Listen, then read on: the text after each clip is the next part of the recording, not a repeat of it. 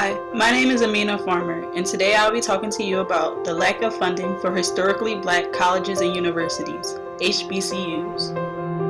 HBCUs are institutions of higher learning established in 1964 with the primary mission to educate African Americans.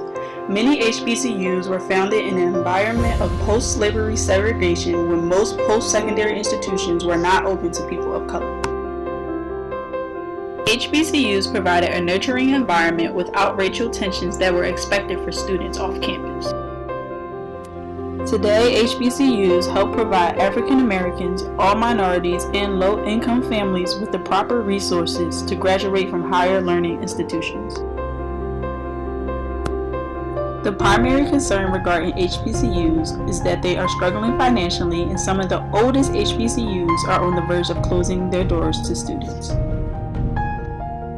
For students enrolled at HBCUs, over 70% of the students qualify for federal Pell Grants and 80% of the students receive loans. The issue with funding has increased after the 2008 financial recession. HBCUs have been struggling with fewer resources compared to predominantly white institutions, PWIs. Spelman College, an all-women's school, is one of the most strongest HBCUs. With an 80% graduation rate, Spelman cannot compete financially with PWIs.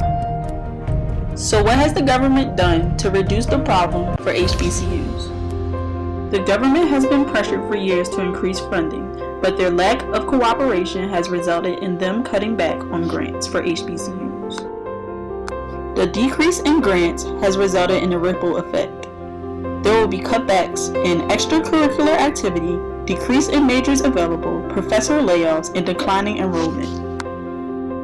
On Monday, February 28, 2017, President Trump met with a dozen of HBCU leaders in the nation's capital to discuss HBCU funding. The results of the meeting led to HBCU funding initiative being moved from the Department of Education directly to the White House. President Trump decided to maintain the funding of HBCUs around $492 million, 15% less than last year's funding, which was $577 million. The results of the meeting led HBCU leaders across the country to voice their opinion on social media. Many HBCU leaders were disappointed in the executive order, and they went to social media to campaign on the importance of their schools. Unfortunately, some of the oldest HBCUs will have to close their doors in 2017. Now it's time to get started. Reach out to your local leaders to help increase the funding for HBCUs so they do not have to close their door to students who cannot afford another college or university. Created using Powtoon.